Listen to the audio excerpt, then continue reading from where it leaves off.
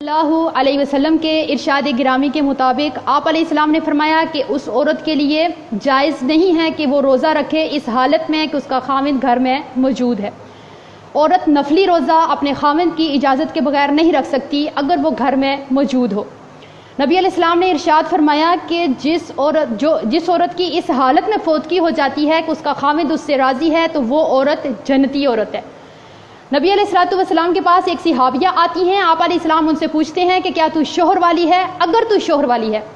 تو اس کی خدمت اور اس کے ساتھ جو تیرا رویہ ہے اس کے اوپر غور کرتی رہنا کہ تیرا خاوند تیرے لیے باعث جنت بھی ہے اور باعث جہنم بھی ہے۔ آپ علیہ السلام کے ارشاد کے مطابق پروردگار عالم اس عورت کی طرف نگاہ اٹھا کر کے بھی نہیں دیکھیں گے جو اپنے خاوند کی ناشکری کرتی ہیں، حالانکہ یہ عورتیں اپنے خاوند سے بے نیاز بھی تو رہ نہیں سکتی ہیں۔ نبی علیہ السلام نے فرمایا کہ میں نے جب جنت اور جہنم کو دیکھا تو جہنم میں سب سے زیادہ عورتوں کی کثرت کو پایا۔ آپ علیہ السلام نے فرمایا کہ جو عورت پابندی وقت کے ساتھ نماز ادا کرتی ہے، رمضان المبارک کے روزے رکھتی ہے، اپنی عزت کی حفاظت کرتی ہے اور اپنے خاوند کی اطاعت کرتی ہے، یہ 4 کام کرتی ہے، پھر وہ جنت کے جس دروازے سے چاہے وہ داخل ہو سکتی ہے۔ مطلب کہ اس کے ساتھ اپنے خاوند کی اطاعت لازمی ہے۔ اب یہ وہ تعلیمات ہیں جو رسول اللہ صلی اللہ علیہ وسلم نے امت محمدیہ کی ان بیٹیوں کی تربیت اور تعلیم کرتے ہوئے ارشاد فرمائی ہیں۔ آج میری بہنیں اور دوستیں ان تعلیمات کو سیکھنا تو بڑے دور کی بات ہے، ان کو سننا بھی گوارا نہیں کرتی، اس وجہ سے کہ کیا صرف اور صرف خاوند کے حق ہیں، ہمارا کوئی حق نہیں ہے، صرف خاوند کی ہی اطاعت کرنی ہے، ہمارے اوپر کوئی کسی قسم کا حق نہیں ہے، ہم لوگوں کو بھی حق دیا جائے۔ اگر ایک بات کو دیکھا جائے تو میری نظر سے آج تک جتنے بھی اشتہار گزرے ہیں اور جتنی بھی اس طرح کے تویز، چلے، دھاگے، پیر صاحب، ان کا صرف ایک ہی ہوتا ہے کہ اپنے خاوند کو مٹھی میں کرنے کا تویز، اپنے خاوند کو اپنا غلام بنانے کے لیے تویز، دھاگا، چلا اور دم اور یہ سب کچھ، اور یہ عورتیں اپنے خاوند کو مٹھی میں کرنے کے لیے، اس کو غلام بنانے کے لیے چلے کریں گی، دھاگے اٹھائیں گی، تویز اٹھائیں گی، سارا جتنی بھی خاوند کی جمع پونجی ہے جا کے پیروں فقیروں کو دے کر کے آ جائیں گی، کیونکہ ان کا مائنڈ بن چکا ہے کہ ہم نے اپنے خاوند کو غلام بنا کے رکھنا ہے، ہم نے اس کی اطاعت نہیں کرنی، اس کو اپنے سر کا تاج بنا کے نہیں رکھنا۔ آج تک اگر شکایتیں ملی ہیں تو کس کی؟ کہ ہم لوگوں کو خاوند کو فرمانبردار بنانے کے لیے ہمیں تعویذ چاہیے، کوئی وظیفہ چاہیے، حالانکہ نبی علیہ السلام نے فرمایا کہ سب سے زیادہ حق تو خاوند کا ہے اور سب سے زیادہ نافرمانی تو عورت کرتی ہے۔ آج تک کسی خاوند نے یہ نہیں کہا کہ مجھے تعویذ چاہیے کہ میری بیوی نافرمان ہے، میری بیوی زبان دراز ہے، میری بیوی ناشکری ہے، مجھے تعویذ چاہیے۔ اب یہ وہ تعلیمات ہیں کہ ہم لوگ اپنا مائنڈ سیٹ کریں، سوچ مثبت رکھیں، کیا کہ ہم نے اپنے خاوندوں کی اطاعت کرنی ہے، ان کی فرمانبرداری کرنی ہے، ان کو سر کا تاج بنانا ہے، ہم نے نہ کہ ان کو غلام بنانا ہے اور ان سے غلامی کروانی ہے۔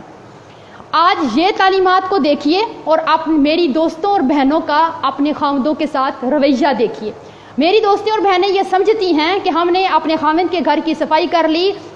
اس کے کپڑے دھو لیے، استری کر لیے، اس کا روم صاف کر دیا، تو ہم نے کیا کیا؟ دنیا میں سب سے زیادہ جو فرمانبردار بیوی ہے وہ میں ہی کہلاتی ہوں، کیونکہ میں نے یہ سارے کام ٹائم سے کر دیے۔ حالانکہ ان سارے کام کے کرنے کا نام خاوند کی اطاعت اور فرمانبرداری نہیں ہے۔ خاوند کی اطاعت کیا ہے، خاوند کی فرمانبرداری کیا ہے، اور وہ کون سی وجہ ہے کہ جس کی وجہ سے آپ کا خاوند آپ کے اوپر توجہ نہیں دیتا اور آپ کا گھر کبھی بھی پرامن پرسکون نہیں رہ سکتا؟ وہ وجہ کیا ہے؟ دیکھتے ہیں حضرت ام سلیم رضی اللہ تعالی عنہا کا ایک حدیث۔ ان کا بیٹا بیمار ہے، بیمار بیٹا چھوڑ کر کے خاوند سفر پہ چلا جاتا ہے۔ جب خاوند سفر پہ جاتا ہے تو بیٹے کی ڈیتھ ہو جاتی ہے۔ یہ بیٹا جب فوت ہو جاتا ہے تو ان کا خاوند سفر سے واپس آتے ہیں تو ام سلیم مسکراہٹوں کے ساتھ، پیار کے ساتھ، محبت کے ساتھ اپنے خاوند کو ریسیو کرتی ہیں، گھر میں راحت، خوشی اور پرسکون ماحول بناتی ہیں، اپنے بیٹے کا جو دکھ ہے، اپنی ممتا کو مار کر کے اتنی بڑی پریشانی بھی اپنے خاوند کو نہیں بتاتی ہیں کہ میرے خاوند کیا ہوں گے، اس خبر کو سن کر کے پریشان ہوں گے، تو میں یہ خبر ان کو سنا کر کے پریشان کر کے نافرمان بیوی میں نہ لکھتی جاؤں۔ آج ہمارے ہاں اب آپ سوچئے کہ آپ اپنے خامند کو یہ سکون، یہ والا سکون اور یہ دلی تسکین، یہ ماحول ان کو دیتی ہیں۔ ہمارے ہاں کیا ہوتا ہے، خامند باہر کی صعوبتوں کا، تھکاوٹوں کا، پریشانیوں کا تھکا ہارا جب گھر پہنچتا ہے،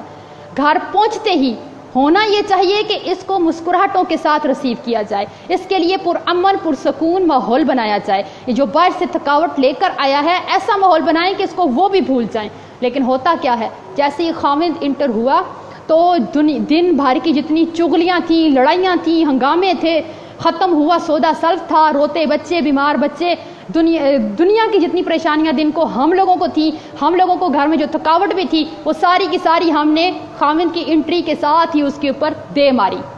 اب کیا ہوگا، جو بندہ پہلے ہی گھبرا کے تنگ آ کے اس ماحول سے گھر میں آرام اور سکون کے لیے آیا ہے، آپ آگے سے اس کو اس طرح سے پیش آئیں گی تو وہ آپ کو پھولوں کے ہار نہیں پہنائے گا، وہ مسکراہٹیں نہیں بکھیرے گا، اس کے منہ سے پھول موتی نہیں جھڑیں گے، پھر وہ بھی غصہ کرے گا، تنگ آ کر کے غصہ کرے گا، لڑائی ہوگی، جھگڑا ہوگا، تو وہ کیا کرے گا، اس گھر کو چھوڑ کر کے، آپ کو چھوڑ کر کے وہ اس جگہ چلا جائے گا جہاں پہ اس کو پیار ملے گا، محبت ملے گی، دل کا راحت ملے گا، ذہنی ٹینشن اس کی دور ہو جائے گی، وہ والی جگہ دیکھ لے گا۔ پھر ہماری دوستیں اور بہنیں شکایت کرتی ہیں کہ ہمارے خامند ہم سے پیار نہیں کرتے، ہمارے اوپر توجہ نہیں دیتے، ہمارے گھر میں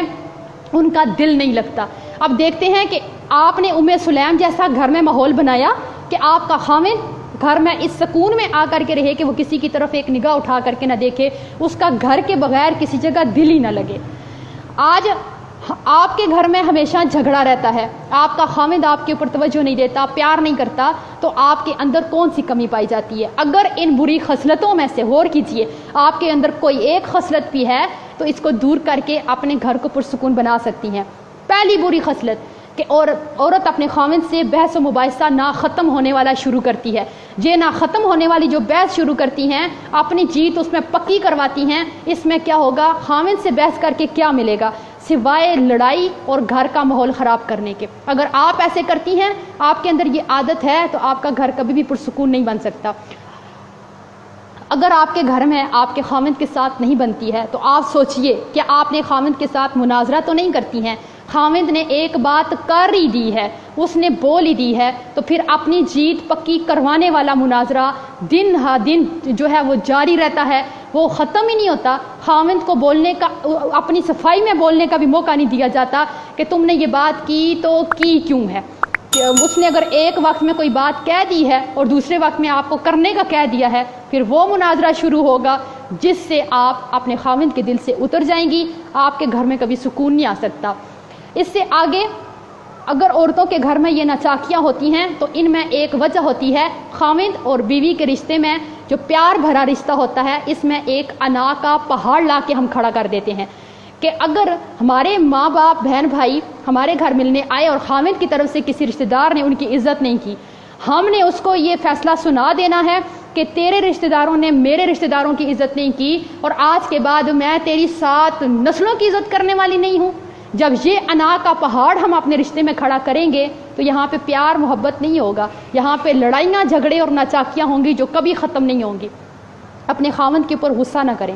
اگر آپ اپنے خامند کے اوپر غصہ کرتی ہیں، چیختی ہیں، چلاتی ہیں، تو آپ سوچ بھی کیسے سکتی ہیں کہ آپ اپنے خامند کے دل پہ راج کریں گی اور آپ کے گھر میں کبھی لڑائی نہیں ہوگی، ناچاکی نہیں ہوگی۔ اپنے خامند کو ہر وقت طنز نہ کریں، تان و تشنی نہ کریں اس کے اوپر، اپنے خامند کے ساتھ زبان درازی نہ کریں۔ یہی وجوہات ہیں۔ اب عورتیں جو ہیں، ہم عورتیں اپنی زبان درازی میں ویسے بھی بڑی مشہور ہیں۔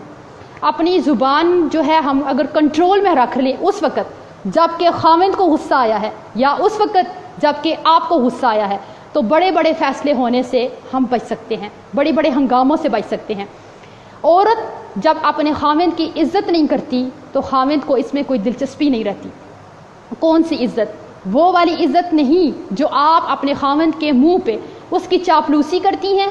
جی جان اس کو وقتی طور پہ کرتی ہیں۔ عزت وہ ہے، خامند موجود نہیں ہے، اپنے میکے جا کر کے بھی اپنے خامند کی کوئی کمی کوتاہی بھول چوک اس سے ہو گئی ہے وہ بالکل بیان نہ کریں۔ ہوتا کیا ہے، ماں باپ کے سامنے آپ لوگ جو ہے اپنے خاوند کی تذلیل کریں، بھائیوں کے سامنے اس کو گالی گلوچ کریں، اس کے چھوٹے معصوم بچوں کے سامنے اس کی تذلیل کریں، چیخیں چلائیں، لڑائی جھگڑا کریں،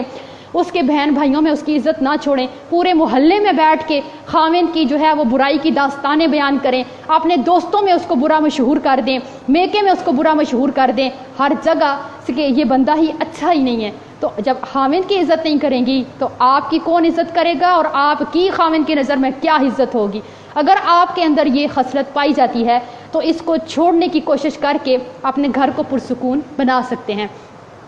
آج عورت اپنے خاوند کا فیصلہ ماننے کے لیے تیار ہی نہیں ہے۔ اگر خاوند نے کوئی فیصلہ لے ہی لیا ہے تو ایک نیک اور با کردار بیوی کا کردار تو یہ ہونا چاہیے کہ اپنے خاوند کو عزت دیتے ہوئے اس کے فیصلے کے سامنے اپنا سر جھکا دے، خاوند بھی خوش اور آپ کا فیصلہ، آپ کا کام بھی ہو جائے گا، لیکن آپ کا گھر کبھی لڑائی نہیں ہوگی۔ ہوتا کیا ہے، ادھر خاوند بیچارہ کوئی فیصلہ لے ہی لیتا ہے تو عورتیں یہ ٹھان لیتی ہیں کہ نہیں، اس نے جو فیصلہ کیا ہے ہم نے تو وہ ہونے دینا ہی نہیں ہے، چاہے ہمارا گھر ٹوٹ جائے، لڑائیاں جھگڑے ہوں، فتنہ فساد ہو، دنیا ادھر سے ادھر ہو جائے، گھر کا سکون خراب ہو، بچے اس ماحول کو دیکھتے رہیں، ہمیں کوئی لینا دینا نہیں ہے۔ خاوند نے یہ فیصلہ لیا تو لیا کیوں ہے؟ اس نے ماں کے کہنے پہ لے لیا، باپ کے کہنے پہ لے لیا، اس کو ضرور بھائی نے کہا ہوگا، اس کو اس کے دوستوں نے، مجھ سے تو اس نے پوچھا ہی نہیں ہے، اس نے۔ آپ سوچئے ایک منٹ کے لیے، اللہ نے جو عقل، فہم اور فراست مرد کو دیا ہے وہ عورت کو نہیں دیا۔ عورت کی عقل بھی کم ہے اور عورت کا دین بھی کم ہے، اس لیے یہ والی بات اپنے خاوند کے لیے کہ اس کو فیصلے کو نہیں مانتی ہیں، آپ کو تو فیصلہ کرنا آتا ہی کوئی نہیں ہے، کبھی ڈھنگ کا تو کوئی فیصلہ لیا ہی نہیں ہے، یہ والی بات ایک مرد کے لیے زہر قاتل ہے۔ زہر قاتل ہے یہ بات مرد کے لیے کہ آپ کو کوئی سمجھ ہی نہیں، عقل کا کام کبھی کیا ہی نہیں، فیصلہ تو آپ کو لینا آتا ہی نہیں، جب بھی کرتے ہیں ایسے ہی کرتے ہیں، میں نے ایسے نہیں ہونے دینا۔ جب ہم وہاں پہ آ کے اپنی عقل، فہم اور فراست کے گھوڑے دوڑاتے ہیں نا، ان کو ہم بے لگام چھوڑ دیتے ہیں نا، تو اس گھر سے کبھی لڑائی نہیں ختم ہوتی، کبھی خوشی کی خوشبو یہاں پہ آ ہی نہیں سکتی ہے، خوشیاں ہمیشہ کے لیے یہاں سے روٹ کر کے چلی جائیں گی، اور آپ کے خاوند کا پیار اور محبت بھی ساتھ لے کر کے چلی جائیں گی۔